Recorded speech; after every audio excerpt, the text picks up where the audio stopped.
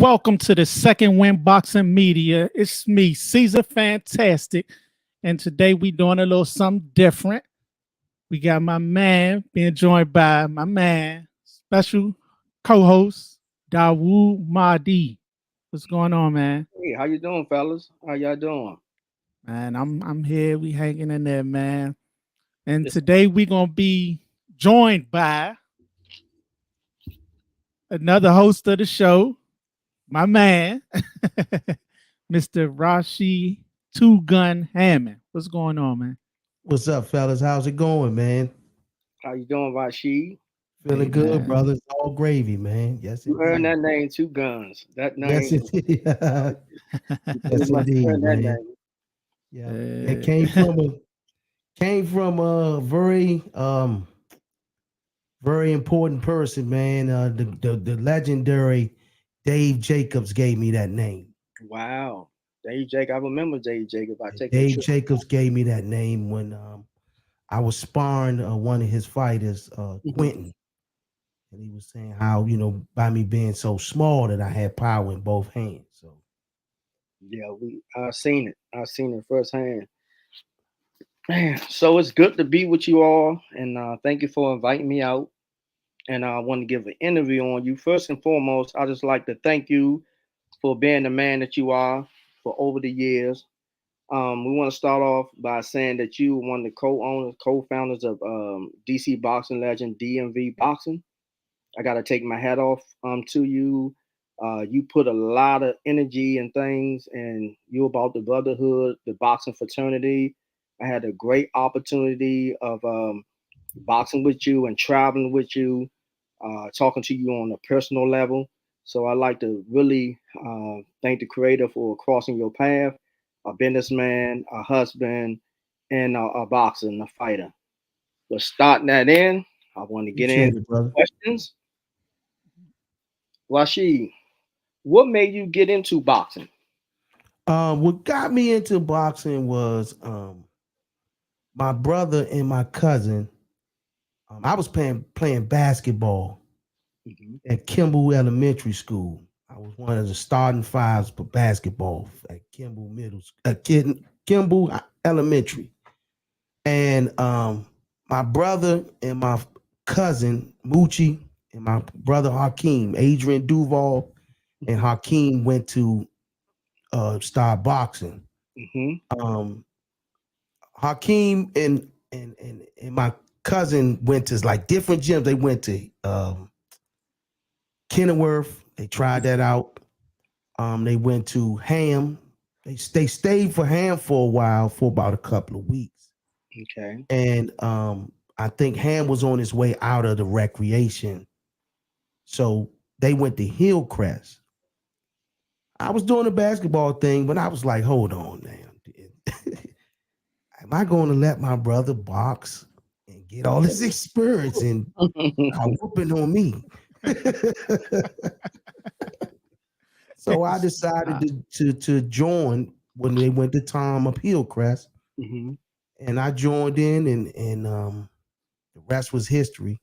But what motivated it first was it was some guys in the neighborhood that boxed that lived in Greenway, Okay. and they would come up the street and they would be jumping dudes, like literally beating the hell out. They boxed though. These boxers, some Mm. more 10 boxers Wow. going around the neighborhood just beating on people. Wow.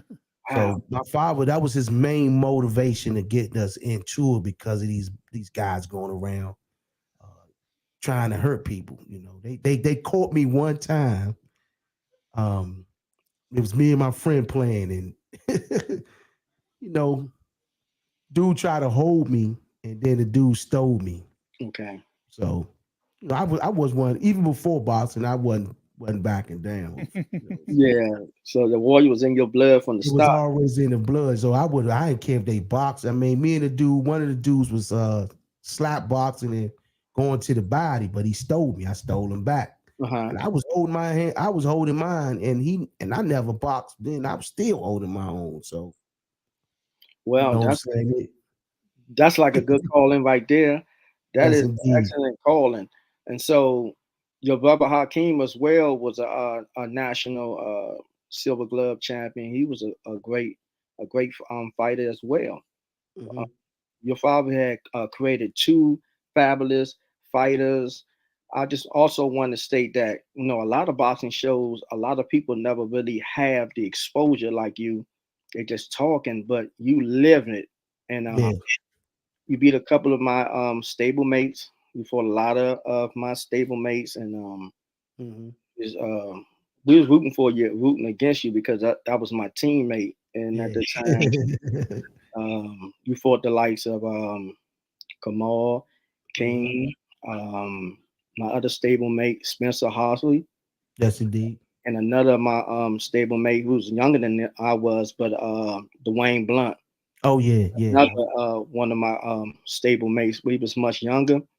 He was a very excellent fighter, and you was too. yeah. Tell me more about the rivals. The rah-rahs and the rivals in the DMV. We had a tough PVA was a very tough atmosphere.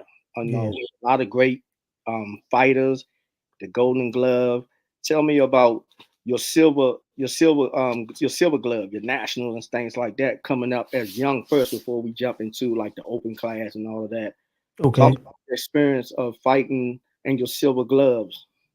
Okay. My first experience in the Silver Gloves was in '92. Hmm. I won the locals, the regionals. I lost in the semifinals that year. And by then I had about 30 fights before I made it because doing before that year, we was fighting consistently Hmm. on all the beautiful thing about boxing back then was um, Rick Bowling, Oh yes, that's my man. PVA. Rest in peace, Rick Uh, Bowden. we would have shows for the recreation fighting under the stars was what Hmm. was a blessing to have. Absolutely, that was phenomenal. So we would fight on that show and fight like all different wrecks all over DC, Tiger Market, Langley, Southwest, Elliott. I mean, we would literally be going from everywhere.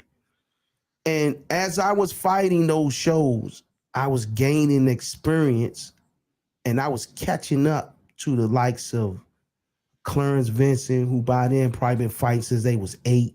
Yes, You had Kamal King, who was fighting since he was 8. great fight. Wayne Blunt was fighting since he was 8. I Hmm. started fighting when I was 12 years Wow. old. So And I've developed within that time frame the same amount of experience as those guys had within a year's time. Me and my brother, we mhm. were just fighting everywhere. We traveled. See, a lot of people don't know we was traveling. That's why I have a relationship with a lot of these out of town legends like Ricardo Williams, Mhm. um, Jacob Hudson. Okay. Um, you got many others like Tony Tiger. These Mhm. guys from Cleveland, Cincinnati, California. Man, my LA crew, man, they love me to death. So, Oh wow. I got friends in Texas. I Mhm. got friends everywhere, still to this day, world champions. Uh, um, what's his name? Jermaine Teller, close friend of mine. Wow. Uh, um, Hector Camacho Jr., Mhm. um, Ricardo Williams, I named him. Mhm. Um, there's so many world champions, like what's my guy name from Vegas, the Vegas first champion, Ishay Smith, good Mhm. friend of mine, Dante Craig, Zaire Raheem. I mean, the list could go on of the friends that I have developed from hitting that road and traveling all over the country during that period of time.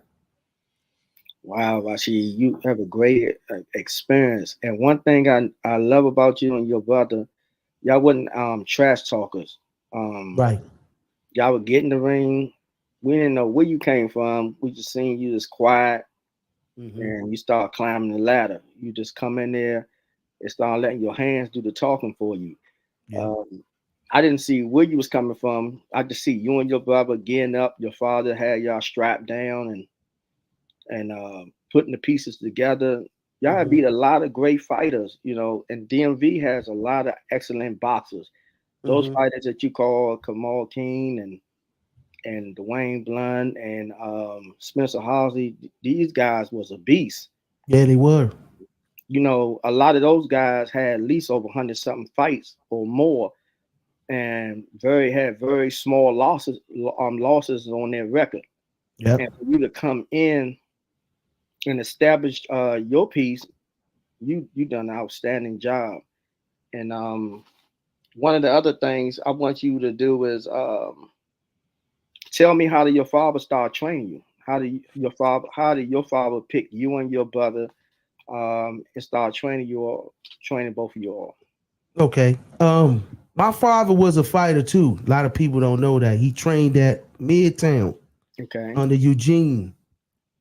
So he Yes. trained under Midtown, and um, he wanted to add his flavor to boxing as well. So he came in and he felt as though Tom could use some help Okay. with the conditioning aspect of it. You know, Hmm. more of like the workout routine. So he felt as though he needed to be hands on, and he got involved in it. And from then on, things just elevated. Um, One other thing I like that my father did was he always invited people from the neighborhood to come. I mean, dudes from the streets literally was hustlers and all that. He still tried to get him a shot. Hmm. And man, shout out to my brother, Silas Fortune. Yeah, Solid Fortune. I remember Solid Fortune. Silas Fortune came and he believed in my father's theory. We got him from Kenilworth. Hmm. He came over with us. Silas' first year coming from Hillcrest, from Kenilworth to Hillcrest, he won the national silver gloves every night, fought every night and won it. Wow. So I knew my father's philosophy was real deal when I saw that happen. Silas won the nationals before we won one. Hmm. That's how selfless my father was. He Yeah. took someone from our neighborhood and made a success out of that young man before he did for us. And you know, most people would not put anybody in front of their children, but he knew that the boxer Solid Fortune needed his help. So I imagine your father always lend a lending hand for other boxers as well. Yep. And what are some of the things that your father taught you, like coming up as a young boy, that stuck with you right now as a man? Okay. Um, my father always had a saying, it's not what you do, it's how you do it. And he also had a saying where sometimes it's not what you do, it's what you don't do. Hmm. And he would walk, we would be riding, right? Hmm. And he would see a friend that he went to school with, like at Susan Junior High School. Dudes used to box. He's going off of scenarios of dudes that box. He'll say, you see that guy right there? He used to be the baddest dude around this neighborhood. Hmm. Look at him now. The, Wow. the kids your age don't even respect him. And by that, he was stating like never get involved with those drugs, stay out them streets. The streets make us weak as a people. So he had lessons. He didn't just preach. He would show you a real life scenario. And that's the way we based upon, that's how we understood the streets. So from our eyesight, the streets was weak for the weak. And I don't mean that in no disrespect to none of the brothers that had to survive in the streets. I meant that was the streets will make you weak. Hmm. So, you know, that was one of his lessons was he wanted us to be um my father was an entrepreneur as well, like, you know, first Yes. before we started boxing. And he had a drywall company, walls and ceilings. And he had a contract with Howard University, $300,000 contract with Howard University, 1988. Wow. You know what I'm saying? You can imagine what I was watching. That's why I'm an entrepreneur now, because I remember the freedom that he had. Things didn't work out with that company because he didn't understand the business. It's not like now where you can go online and you can get research and information. That's right. You know, now back then taxes wasn't taught to him, so he had tax issues because of not understanding the difference, how to set up a corporation and things of that nature. So those were lessons given. And boxing is like business. We were musicians too. So my father was a drummer, brother was a drummer, and I played the saxophone and keyboard. So he took those same principles with boxing and applied them to those other talents that we had. You know, that's why we able to maneuver different than most fighters is outside of boxing. He always told us that boxing is not everything. Boxing is a part of everything. Yes. So he always wanted us to be like, I'd rather you be rich and not famous than famous and broke. Makes a lot of sense. Yeah, that makes a lot of sense. And you also fought with Mayweather too in the national. You mentioned about that, your experience meeting Mayweather as an amateur. Yeah, that shout out to Sean Johnson. At the time he was Benning Park, and I think they went to Douglas. 1996 in the Cleveland, Ohio, in the Golden Gloves Nationals. Sean introduced me to Floyd. Floyd saw me fight. I think because Floyd fought. It's for some reason Floyd would kept fighting right after I fought. So Floyd would see me fight, and as I looked at my book the other day, I didn't realize I got like 2-3 stoppages in that tournament too. So wow. So I can imagine why he was like, damn, this dude, I don't even know him. He's stopping everybody, you know. So I fought the first night, I stopped the dude the second round. Then the next night I stopped the dude in I think the third round. I dropped him. I know I dropped him, but then I stopped him. So Floyd was like, man, who are you? You know, he started hanging around me. We was chilling, going to checking our weights and talking. He was like, I say, I'm just coming up from the JOs. This is my first national tournament. He say, hell nah. He said, you've been doing this for a while. I said, nah, man, it's my first national tournament as an open fighter. And I am the youngest in the tournament. Because we looked on there, had on there, in order to compete, you had to be born 5/17 1979. Wow. My birthday was just made that 5/16/1979. Wow. So you made it through the cuts, huh? Floyd said, man, you the youngest dude in this tournament. I said, yeah. You carry the weight well. Yeah, man. I was the youngest in the tournament at that time. Wow. Man, you made some great impact. And how did boxing impact your life? I use boxing, especially with the losses. That's one of the beautiful things about boxing is when I lose, like say for instance, this is how my father would, and I would go back to this. We would lose in the nationals or something. If that was to happen, we would go back and correct any mistakes that was made. My father was an advocate of fixing mistakes. Wow. So just for prime example, when I fought at that Cleveland, Ohio, in that same tournament, I lost in the Silver Gloves Nationals in the championship to Jesse Varela, who I know I would have beat with no problem. Lost to him by decision. He was beating me to the right hand. They were saying I only had a hook. So what I did, my father went and fixed that. We started working on that right hand, getting that right hand better. Okay. Them boys from Cleveland, I fought the boy from Cleveland. and he actually was from Ohio, because when you're in the national, it's the whole state with you, right? Right. That's right. So he was from Toledo, Ohio. He was one of the I fought him, and Floyd fought his brother.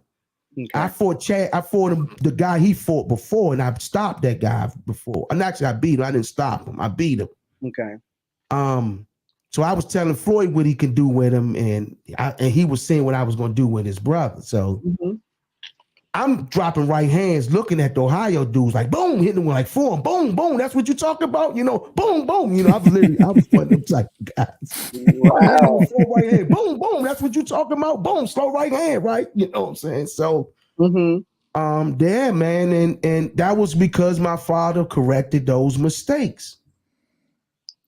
Your father was a wizard, man. Yeah, I know your father very well. He was quiet. He was soft spoken, but he had a great attention for you and your brother. He had the game plan set up for you as an entrepreneur and as a boxer. And how do you come about the DMV legend? How do you come up with that? And for that one, I appreciate you developing that, because there's a lot of boxers. We had a lot of great boxers that didn't make the national because it was so stacked in the PBA, but was very good talent. And you came out with the DMV legend. What were you thinking, and how do you come about that idea about the DMV legend? I created DC Boxing Legends. It was called DC Boxing Legends Past and Present. Actually, in 2012. And I just been up there being ghost on it. Nobody knew it was me for about 6 years. And that's how that started. I just was posting pictures. I said, it's a lot of fighters that's not getting the recognition that was good fighters in the past. And I think they deserve flowers, for their efforts in getting in that ring. That's right. And it just was something in me, like my father. It just was one of those spirits, because at that time my father died that same year that I created DC Boxing Legends Past and Presents. And it's just being selfless, not worrying about my own career, being focused on me. I think it's so many great fighters that I looked up to deserve more than just being at the fights, notice them and getting recognition. I thought they needed recognition all the time. So that's what made me put that together and give flowers to guys that I looked up to, such as Sean Bay Mitchell, Keith Holmes, Daryl Coley, Mark Two Sharp Johnson, Daryl Lattimore, Eugene Speed, Kenny Bazemore, that's right, Daryl Tyson, Sean Bay, DeMarcus Chop Chop Corley, absolutely, William Joppy, and to top it off, the one who inspired me to want to be a boxer was Sugar Ray Leonard. And Dave Jacobs, his trainer, Tom Browner, and it's so many others out there. James Baker, Sean Johnson, Lamont Anthony Peterson. Absolutely. Those two, most definitely. So many guys I thought I knew boxing was going to end. And once the lights and cameras off, the news cameras stop giving them recognition. What we like to give a shout out also, Big Bug, Patrick Boogie. You see him on the Creed? Yes, indeed. Creed 3, the Midman. It gave me goosebumps looking at it, thinking about all of us fighting in the Golden Gloves when they first opened. So I just want to give a shout out to Big Boogie. For I gotta definitely give a shout out to Boog, man. Boog was, let me say this about Boog. I don't care how big Boog gets. Boog treats me the same way everywhere and every event. if I'm in there, I saw Boog at the Lamont Ford at the DC Armory, and I'm like, Boog, get me back there to go see Lamont. Come on, Rasheed. Come on, Kimi. Let's go. I could see Boog at the Capital One Arena. Hey, Boog, come on, Sheed. Let's go.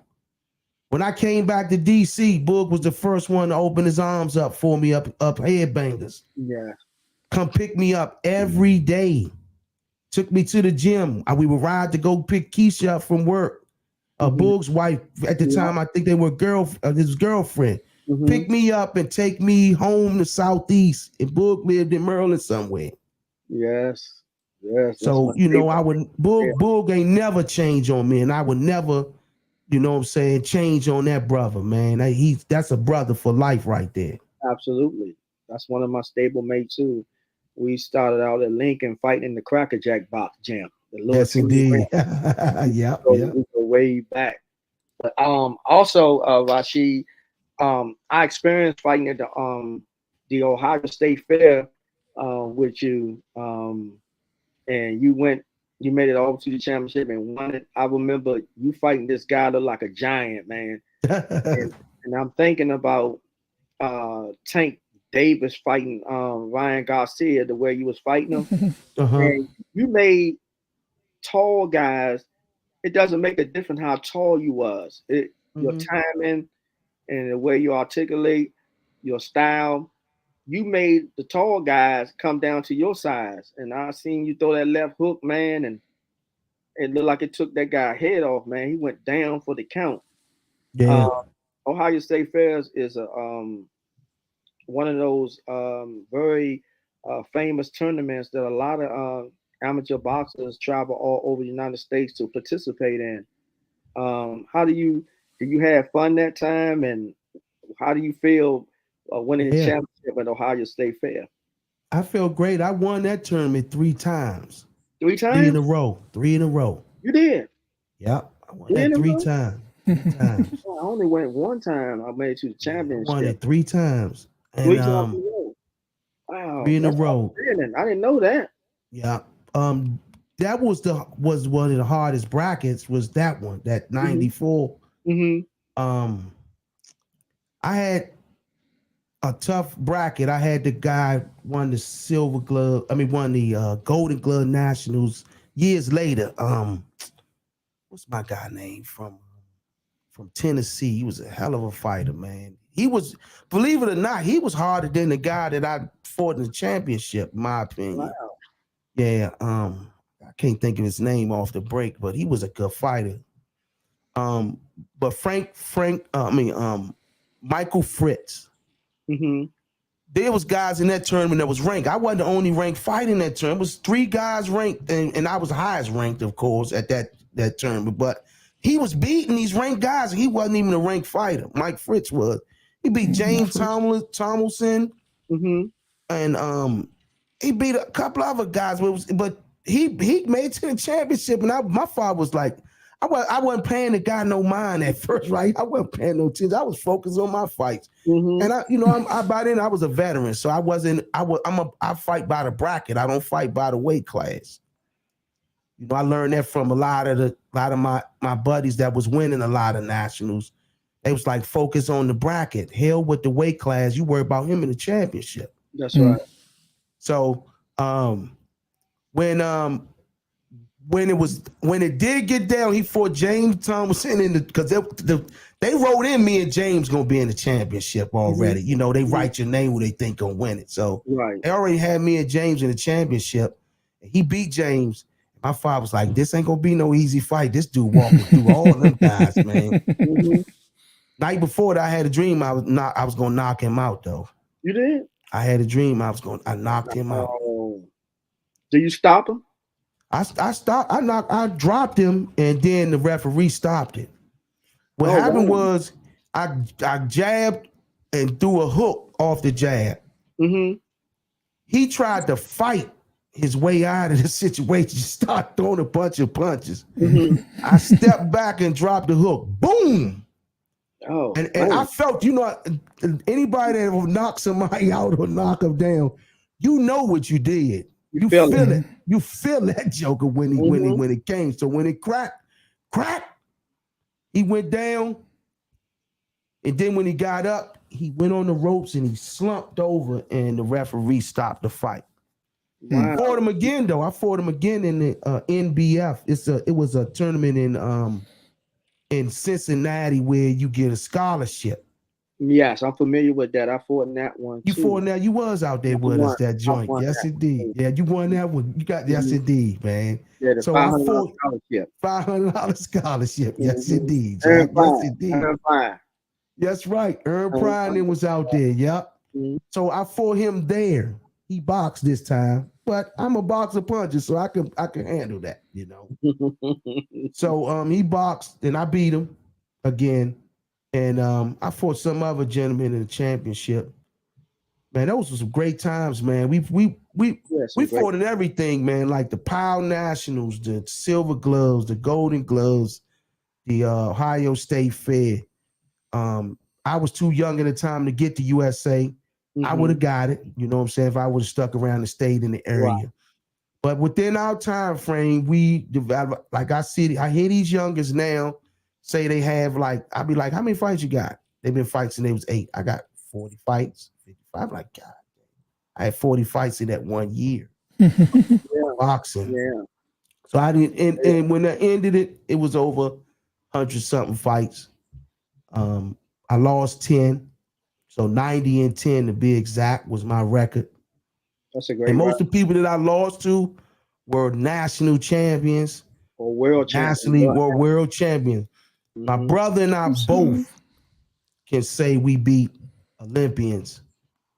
You know, my good brother Clarence Vincent, man, I have nothing but respect for him. Nothing but respect for him. But I had to I have to claim that W because that's that ain't what he said. That's a hell of an accomplishment to have, you know what I'm saying? Because he's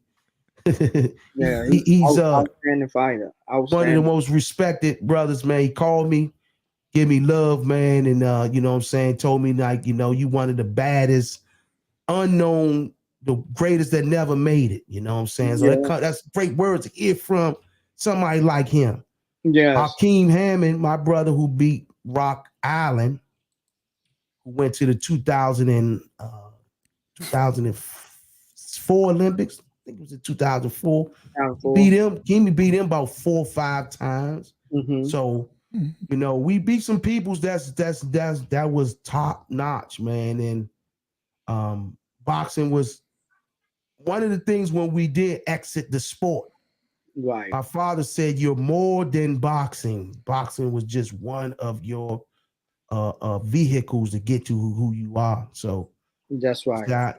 I want you to use that same philosophies with everything else, you know. And so, you know, I see a lot of my comrades who are unable to figure out life without it. That's right. Which gave me the blessings that upon me from the ancestors above to be able to see beyond boxing, you know, and not just boxing, just in life in general. Just see how to move around in life. Boxing was a vehicle to help that.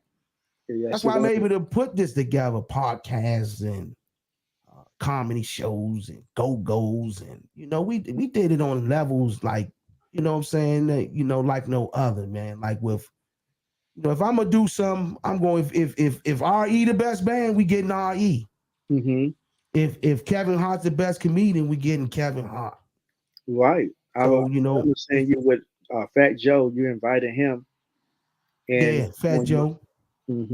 So you have a lot of entrepreneur experience and taking a chance, jumping out there. I guess boxing gave you that feeling and not to be fear. So if you can get in the ring, get hit beside the head, then you should be able to do anything and not be scared to accomplish anything by taking a chance getting in the ring.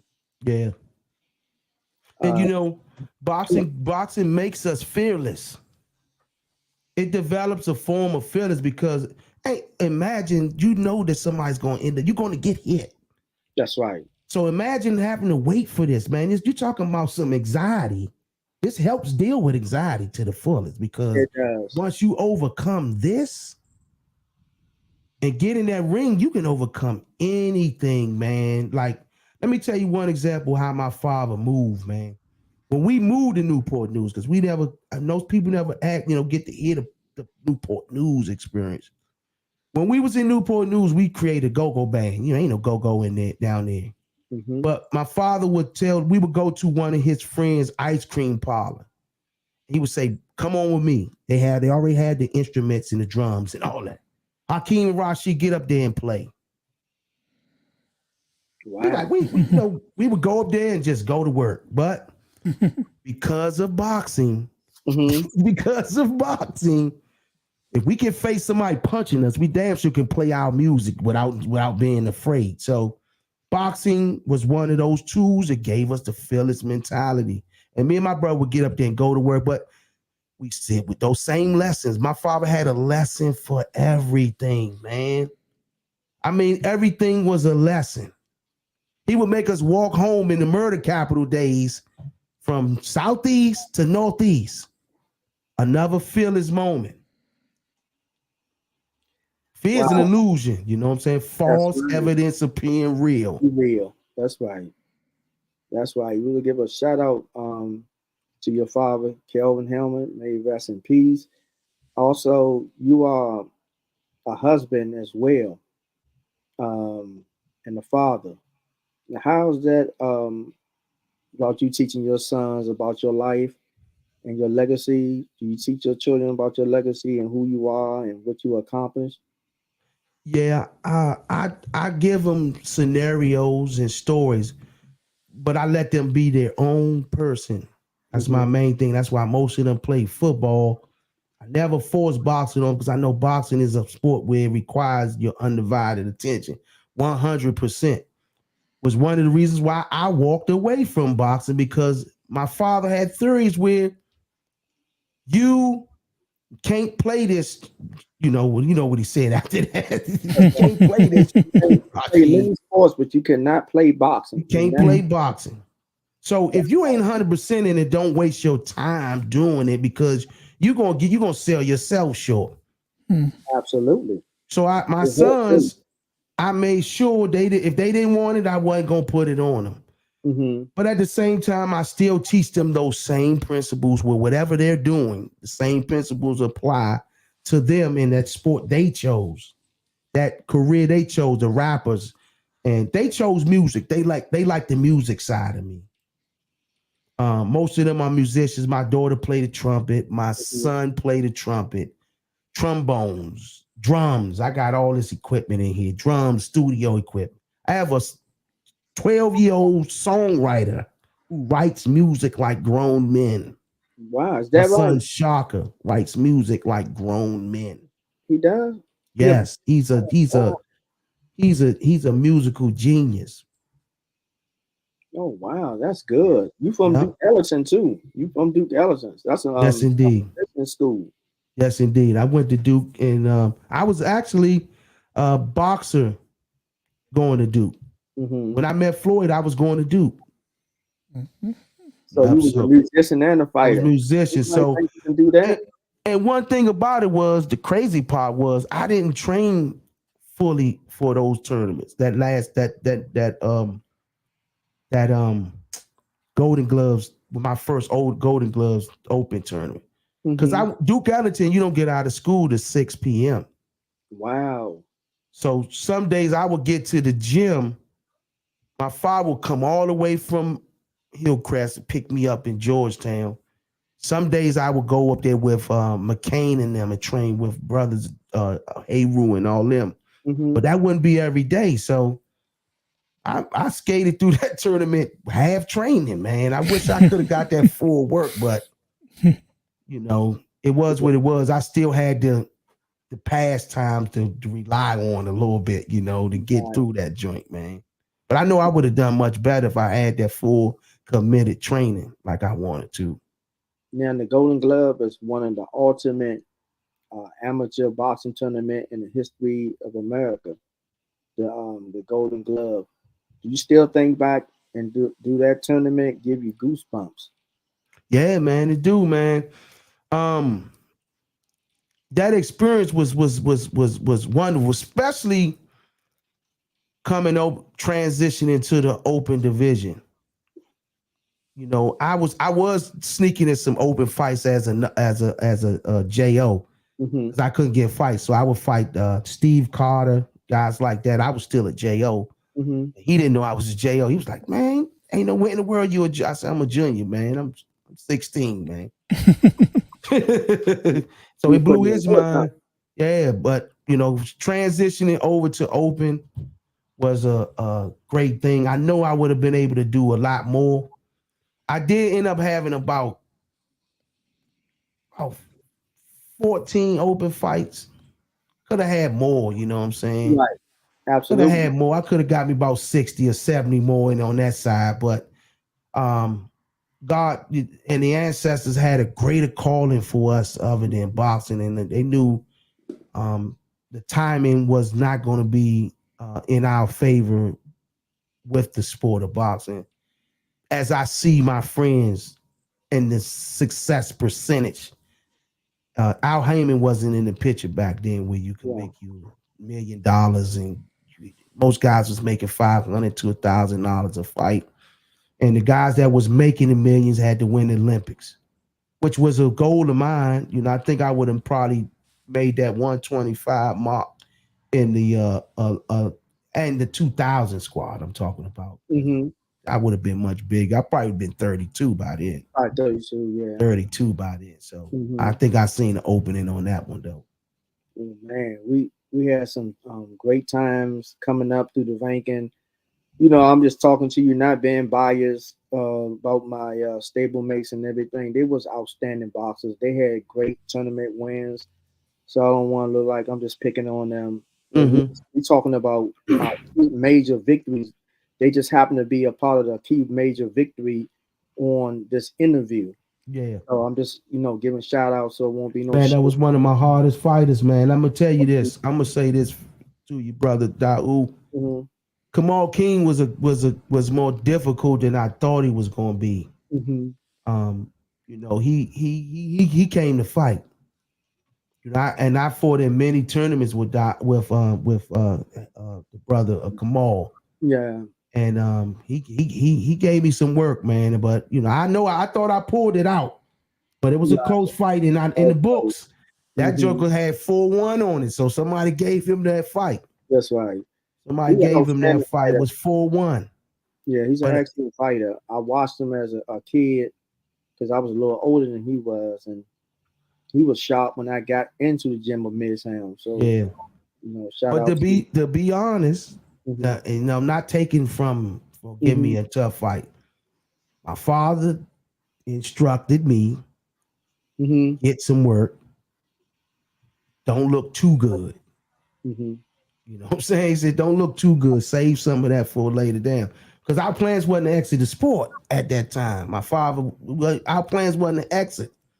He was still working. When what made us leave, my father lost his job. Mm-hmm. Uh, you know, the contract he was doing security, the contract had expired. It happened while I was in the Nationals. Wow. Happened while I was in the Nationals. Like, you gotta win this. We need this. I was like, I'm gonna try, you know what I'm saying? But that's Yeah. what made us leave. We went to Newport News and we had to started the lawn care business. And that was it. Cause I was saving Kamal for another time. Right. It happened to happen this way It as well. happened, yeah, Right. yeah, yeah. But that even though I didn't, you know what I'm saying, I didn't beast mode on him. I did what I did, but he still gave me a hell of a blues though with that right there. Yeah. I told my father that don't tell me do that again, please. I'm not taking like on nobody else. Yeah. That was a seesaw battle right there. Yeah, yeah. I said I'm not doing that ever again because that was, you know what I'm saying. He was cracking, man. Yeah. That was He was it seemed like cracking. that fight was more power punches thrown than Yeah, it was. he was cracking. He was cracking. Great fight. I can't wait to get that tape. I told Juice that I want to see that tape. I want to show that tape. I'm waiting to get the tape with Clarence too, man. I want to post that one too. Yeah, I don't Yeah. know. Nobody wasn't down. Juice wasn't down. I don't Nah, think. he wasn't there. You know who got that? I had it. Mm-hmm. I had it. A guy named Raymond have it. I gotta see if I get a hold of him. And Spencer gotta have it. Yeah, Spencer. Yeah, that's right. Spencer got it. If he's still holding on the tapes. And we still hold on to say VHS. Yeah. You know, it was old school stuff like Yeah, that. yes indeed. Yes indeed. Now, let's talk about some of your entrepreneurs endeavors you have right now.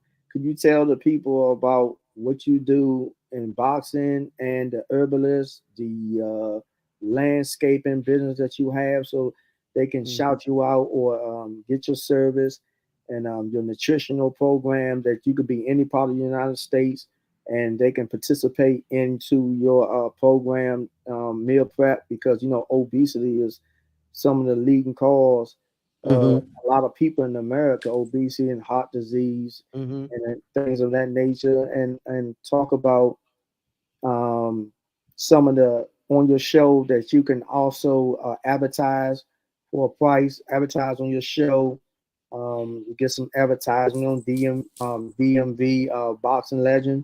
Can you Okay. talk about that? Well, I am a full-time entrepreneur. I own a fitness company, boxing boot camp, fitness, um, a lawn care, um, as well as a cleaning company. A I got a product coming out called Raw Vegan. It's a protein powder, Okay. 100% vegan protein powder, which it should be out. Is right now in the process of being developed as we speak. Should be in stock by June. I was aiming for a spring, but because it's so complex, it's taking a little longer than normal people stuff. Okay. But it's paid in full. I'm just ready to just get it out there. So because I was so anxious, I just paid up front, knocked it out the ballpark Mhm. so I can have that out the way, because I know how things be sometimes. But I Okay. put it all on the line. I'm that type of risk taking type of person. So That's right. um the fitness business, I have a app being created as we speak. Okay. The Google app should be already developed. I'm ready. I gotta knock out the apples. I'm trying to get out of the being a self-employed person. I want to be an entrepreneur where I Okay. can make money while I'm asleep. And More so passive income. your passive income, where that's what these apps and things are being developed to do. That's why I'm creating the protein powder, where I can just ship it out or have shipments shipped out, things of that nature, to get into another lane. So I can do what I love to do, is podcasts and stuff Yeah. like that. You know what I'm saying? The Okay. advertisers, we will be advertising on the Second Win Boxing Media and the DMV Boxing Legends, having people put to showcase their businesses real soon as well. Okay. So for those that's interested in that, you reach out to me, inbox me, or hit on the Second Win Boxing Media. We can get your business up and running and help you push it on this podcast. So that's an avenue that we in the process of doing. That's The great. gentleman right here is my partner with the entertainment business. Okay. He's the one that's the brains behind the Kevin Hart Mm-hmm. and Great. the parties and things of that nature that we do. He Okay. the one that keep me in order, because so Go all the way. Yeah. Where you I'm going? trying to, if the budget of 20,000, I'm trying to spend 50. 50, yeah. Minimum. Shout out to you. These are fantastic. Yes, indeed. So man, with that's my partner with that, man. We grew up in the neighborhood with us too, man. Okay. Southeast get the bad dilemma, get the bad persona, which is false. We good Okay. dudes come from Southeast, Minnesota Avenue, 34th. Good dudes, good upbringings. So the You dirty know what I'm South saying? is more than just the dirty South. We have Exactly, man. more We love, come from more love to the dirty South. Yes, indeed. Good family members, good family, man. Family neighborhood. It got its garbage with it. It got Mhm. its bad. But some Jews come from there. Some powerful brothers like Stacy Ladder, Sister Stacy Ladder, Johnny On the Gill. kill, yeah. You got, the guys from up 37, if you want to count that, Shy Glizzy and Mhm. all them guys up there too, man. You know what I'm saying? It's a lot of talent in that neighborhood. Absolutely. It's a rough neighborhood coming up, but they always say, trees grow in the concrete jungle too. Yes, indeed. And also, Rashid, being those that you're an entrepreneur and you box, could you give a word of encouragement and some of our local boxers or upcoming boxers a key point of view about entrepreneur, and also could you relate this message to them about boxing is more business than it is boxing now. So you got to do your fighting outside the ring first to be successful in the ring second.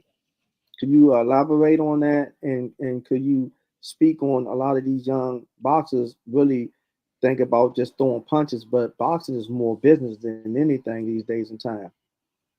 Yes, most definitely. For the young fighters, up and coming fighters, I recommend this first and foremost. You take total control of your business, which is your boxing career. Never allow anyone to put your business in autopilot and just tell you what they're doing with your business, and you're not there to supervise your own business. You are the boss of your company. That's you. Create, incorporate your name and treat your name as a business. That way you can get the write-offs. And let me say, I stopped saying write-offs, man. Mm-hmm. I'm see that's what happens when you grow. That's right. I don't Write-offs ain't gonna do everything. Write-offs gonna lower your taxes, which is great. Mm-hmm. But if all your write-offs is paying for your taxes, you are a broke person. That's right. You got to pay some taxes, right? But you also don't want to look broke on paper trying to get everything to write off with. That's right. You know what I'm saying? When I go to the bank, when I want to go to the bank, I need to show the bank that I'm making some money and I'm able to, money's Pay off coming that in. loan. Like paying off the loan. I need to show money. I need to show income coming in. I can't just show everything I'm doing is written off and I'm losing every year. I can't lose every year. That's right. So as young fighters, incorporate your name. You have different types. Whatever benefits you, S corp, or you want to do it as a LLC, whichever you choose. That's your Mm-hmm. choice. But whichever one benefits for you, that's the one you use, and you treat your business like a business. You treat boxing as what it is, especially in the professional aspects. You learn from people, talk to people, and learn from other fighters. Learn about the person that you're doing business with, your trainer, your manager. Learn about him. If he treated somebody else bad, 9 times out of 10, he's going to jerk you the same way. That's right. So reputation in this sport is very important.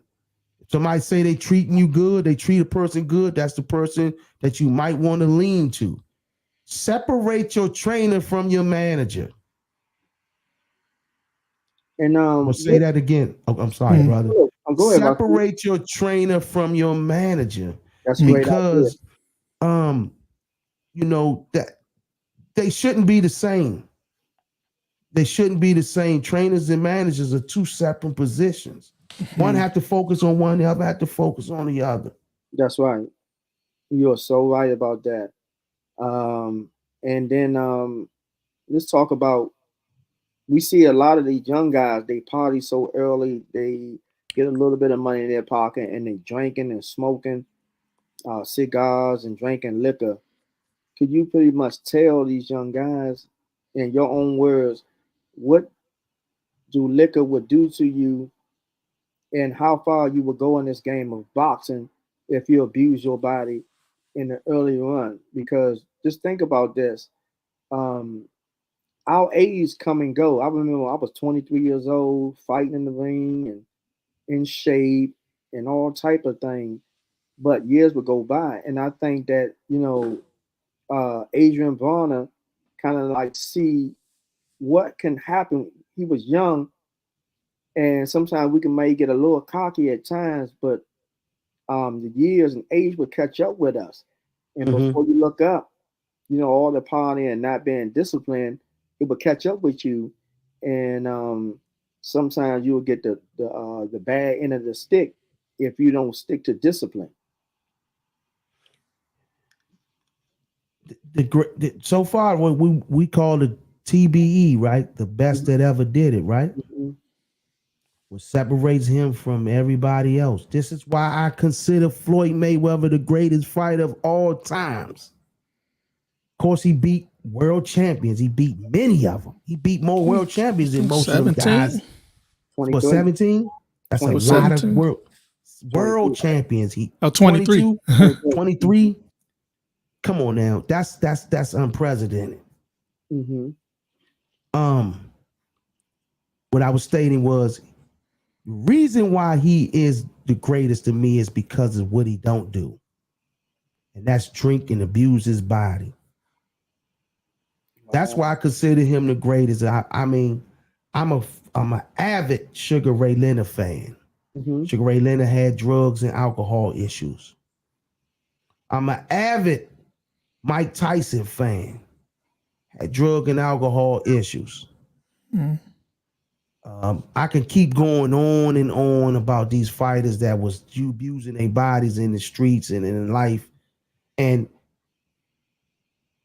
discipline, staying away from those things keep you from getting screwed over a lot of times too. If you pay attention, Yes.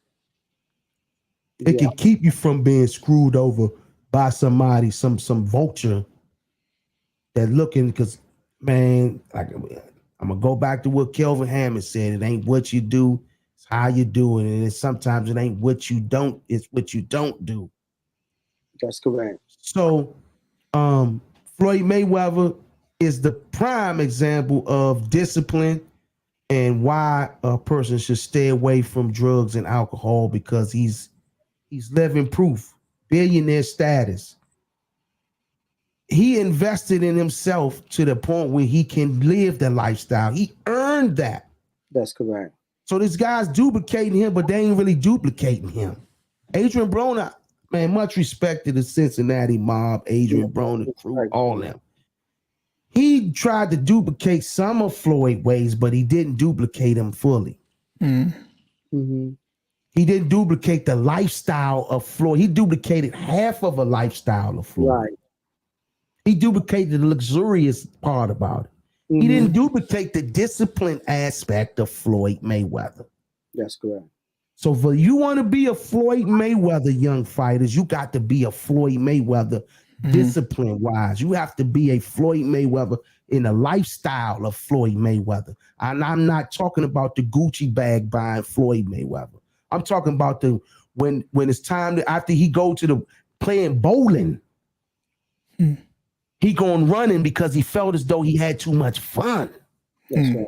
He gonna run to the gym. Go to the gym because he felt as though he had too much fun. That's the Floyd Mayweather you need to duplicate. Not the Gucci bag buying. That's one aspect of Floyd, which is a good thing to do, to take, he earned that. But I'm talking about, you want to develop, you want to be like Floyd Mayweather, you go to that gym like Floyd Mayweather. Floyd used to live in sleep boxing. That's right. When everybody was thinking Olympians, he was already thinking world championship. Mm-hmm. You're absolutely correct. I forgot who told that story. Said they went out with Floyd at the club. Floyd got, out at the club all night. He ain't do no drinking or nothing, but he bought everybody what they wanted. Said, they leave the club or whatever. Floyd outside, putting on his sweats and everything. Mm-hmm. And he going run, and he run to the gym. The car's following him. He like, you want to come or whatever? They're like, nah. That's Floyd, man. That's Floyd, man. He's just, that's why I'm saying, that's why I can't take the great, can't compare nobody to him when it comes to that type of stuff, man. You're absolutely correct. You are right. Um, what I want to also say is that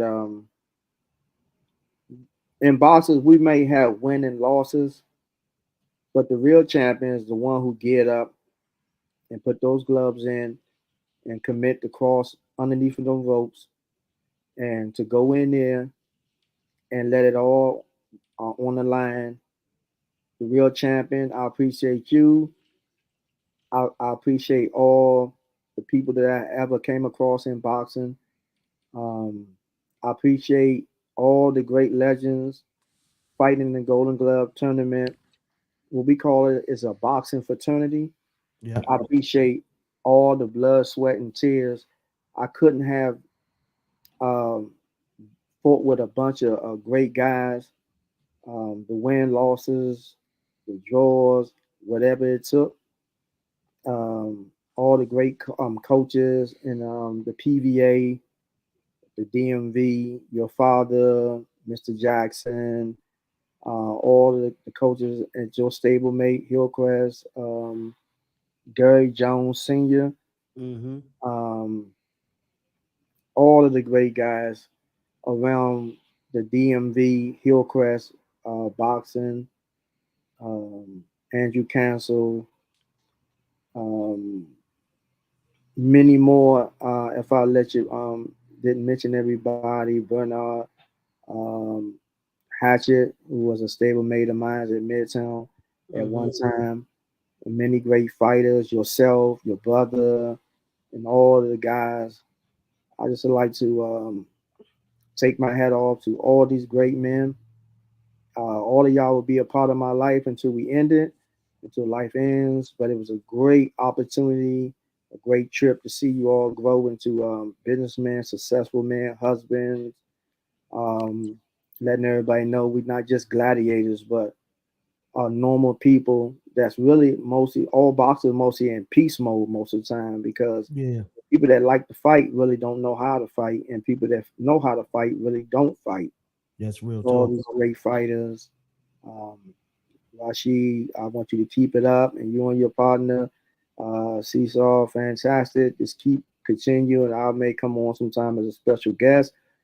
But I appreciate the opportunity to actually interview you, um, letting you see this man, Rasheed Two Guns Hammond.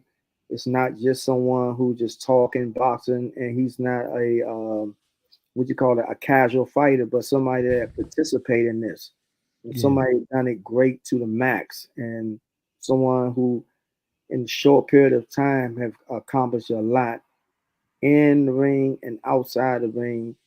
We like to give you your roses while you living, and shout out to all of the boxers who participated in the PBA once again, and all of my stable mates. You stay strong, brother. Is there anything you would like to say on your closing show? This is your show, so I would like to hear from what you want to say before we end it. Well, Dawud, man, I appreciate you for coming on here and doing this, man. You know, when you the one the flower giver, it's an honor to be able to receive flowers as well. My brother did something similar as far as like give me a shout out on the on my birthday. Where he's like, you always giving everybody else birthdays. I gotta get you one in. That's right. So man, Daoud, this was man, you was always, brother, you was always a peaceful, righteous, wise brother, man. You come from Islam.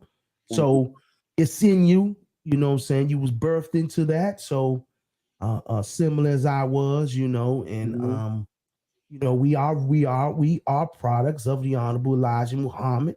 Mm-hmm. Uh uh uh when it comes to the FOI teachings and the fruit and that things of that nature. So discipline is of us. Yes.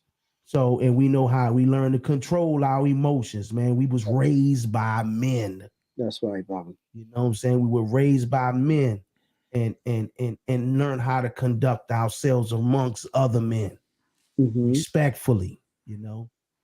So, brother, Right. I appreciate you for giving me the flowers, man. And may you're welcome here anytime. Okay. Thank You know what I'm saying? We already talked about the DMV boxing legend. So you. as I'm watching and listening to this, man, you might can get that going and just run that, take that going, brother. I give you that. Absolutely. I give you Okay, that I'll get platform some. right there to do what you do with it, man. Okay. So you know, you run that one and can do interviews from the brothers like the Spencers, the what's my guy name? Chance Burgess, the what's my other guy? So many guys out there, man.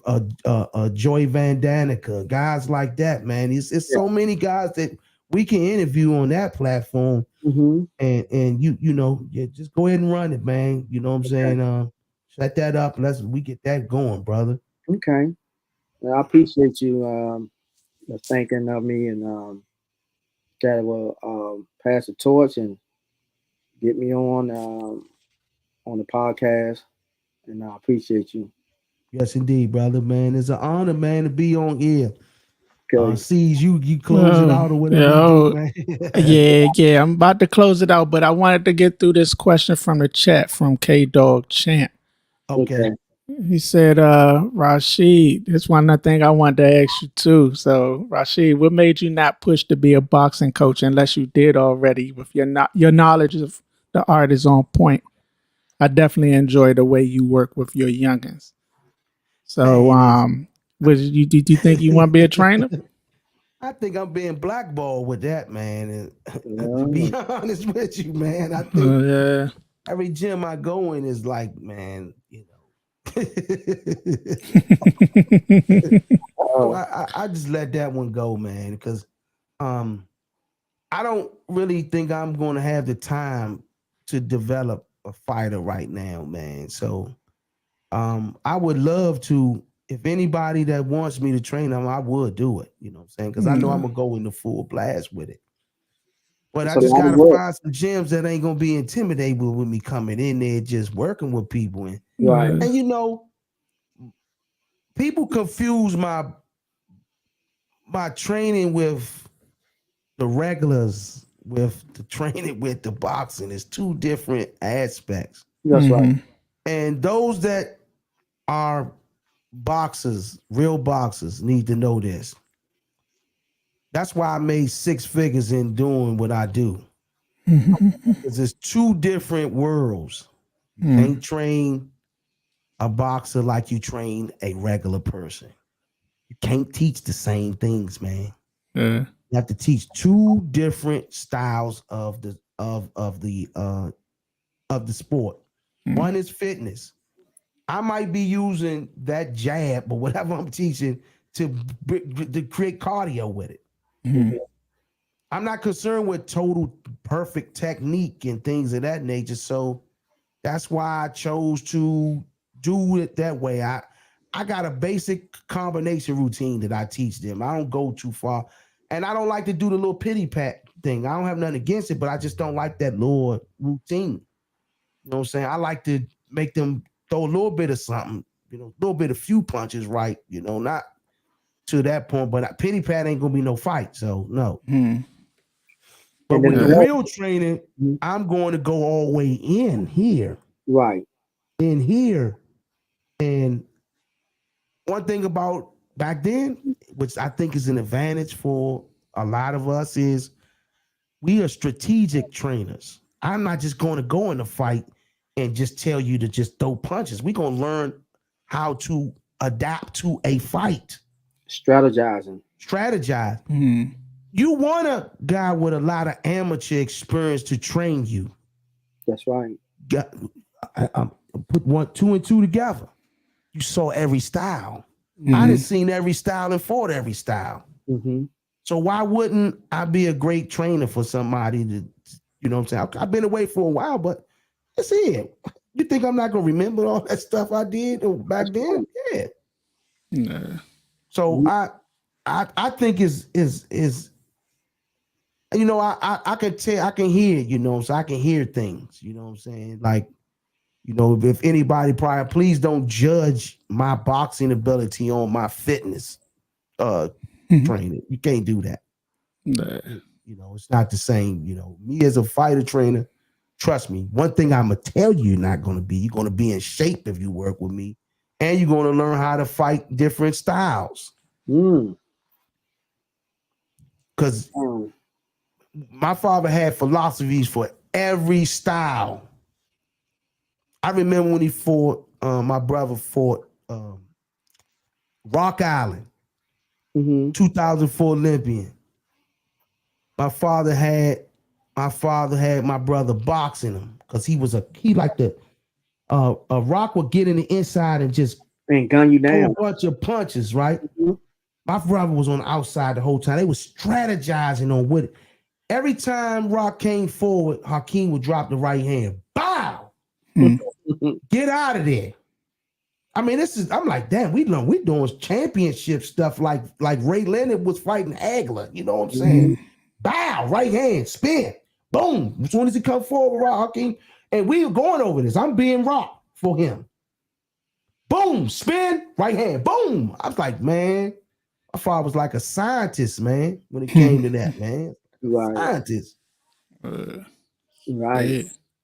But yo, that's it, brother Dawud. Honored to have you here, man. Appreciate you, brother. Appreciate y'all. I'd like to give a shout out Appreciate to you. one of my other assistant trainers. He's up and coming, John Stewart.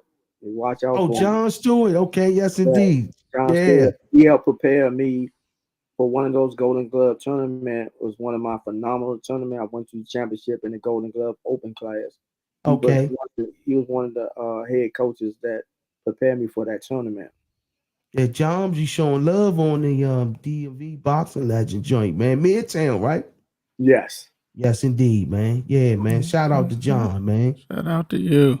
Okay. But yo, that's all we got, man. All right, now. Take us out of here, brother. The second Win Boxing Media, baby. Peace.